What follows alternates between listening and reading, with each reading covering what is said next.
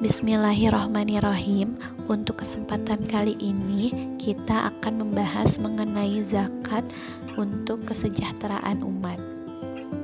Apa itu zakat dan kenapa banyak permasalahan ekonomi yang ada di sekitar kita dan apa hubungan di antara kedua poin tersebut.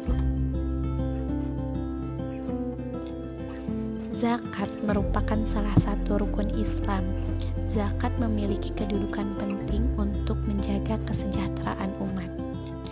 Zakat berasal dari kata zaka yang artinya suci. Adapun menurut istilah syariat berarti mengeluarkan sebagian harta untuk diberikan kepada yang berhak menerimanya setelah memenuhi syarat.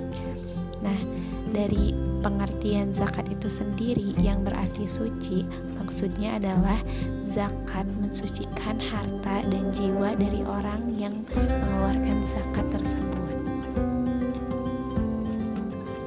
Syarat zakat yang pertama yaitu harta dimiliki secara sah dan seutuhnya. Yang kedua, harta tersebut berkembang atau memiliki potensi untuk berkembang. Yang ketiga, sudah mencapai nisab. Nisab adalah batas minimal harta sehingga wajib dizakati. Keempat, harta melebihi kebutuhan pokok. Jadi, orang yang zakat tidak akan kesusahan karena mengeluarkan zakat. Yang kelima, yaitu mencapai haul. Haul adalah harta sudah dimiliki selama 1 tahun. Salah satu dasar hukum kewajiban zakat adalah terdapat pada Quran Surah Al-Baqarah ayat 83.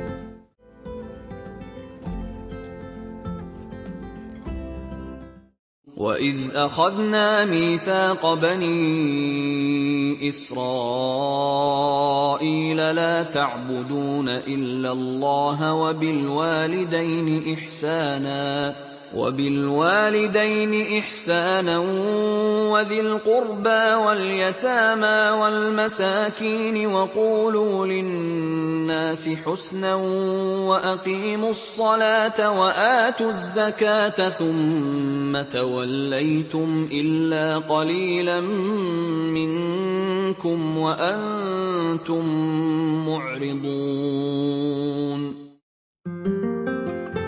Tujuan zakat diantaranya menghilangkan sifat kikir dan tamak akan harta, menyucikan harta dan jiwa muzaki orang yang berzakat, mengembangkan rasa tanggung jawab sosial, memeratakan kesejahteraan kepada umat, dan membina tali persaudaraan sesama umat Islam dan manusia pada umumnya.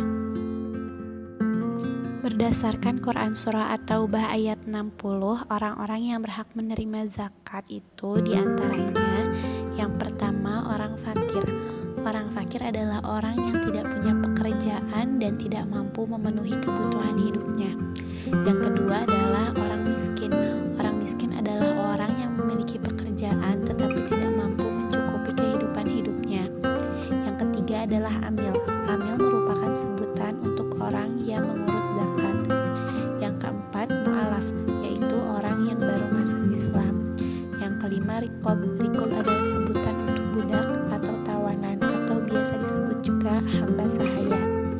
Yang keenam adalah gorimin, yaitu orang yang memiliki hutang. Hutang di sini adalah hutang yang ia pinjam untuk kebutuhan hidupnya, bukan untuk berbuat maksiat.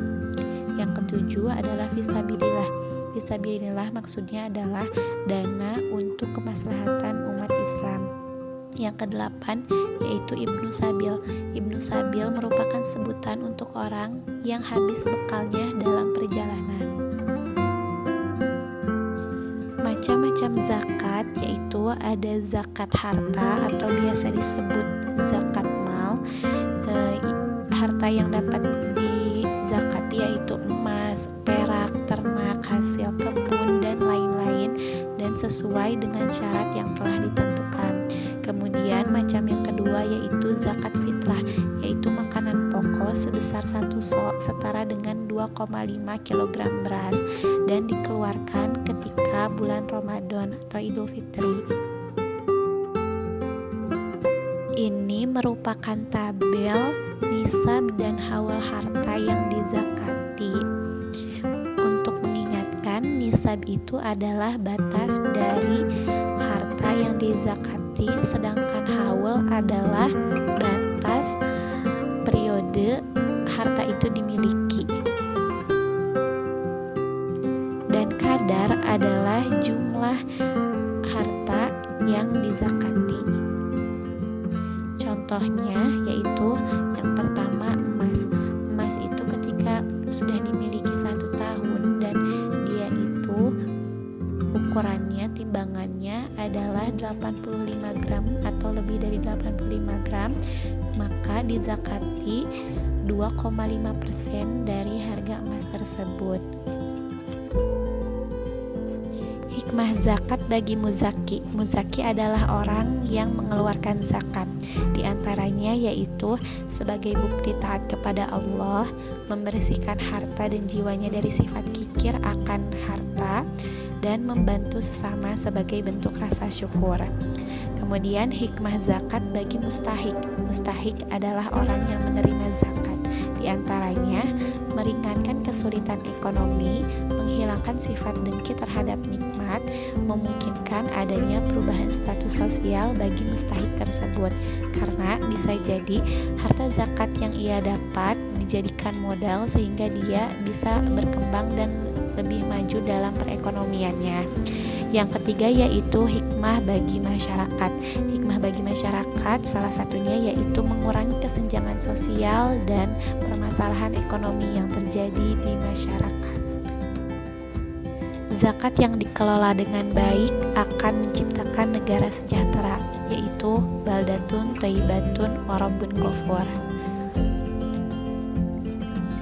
Kesuksesan dan kebahagiaan akan sangat berarti jika kau mau berbagi dengan orang lain. Sekian pembahasan untuk kesempatan hari ini. Terima kasih atas partisipasinya dan sudah mendengarkan sampai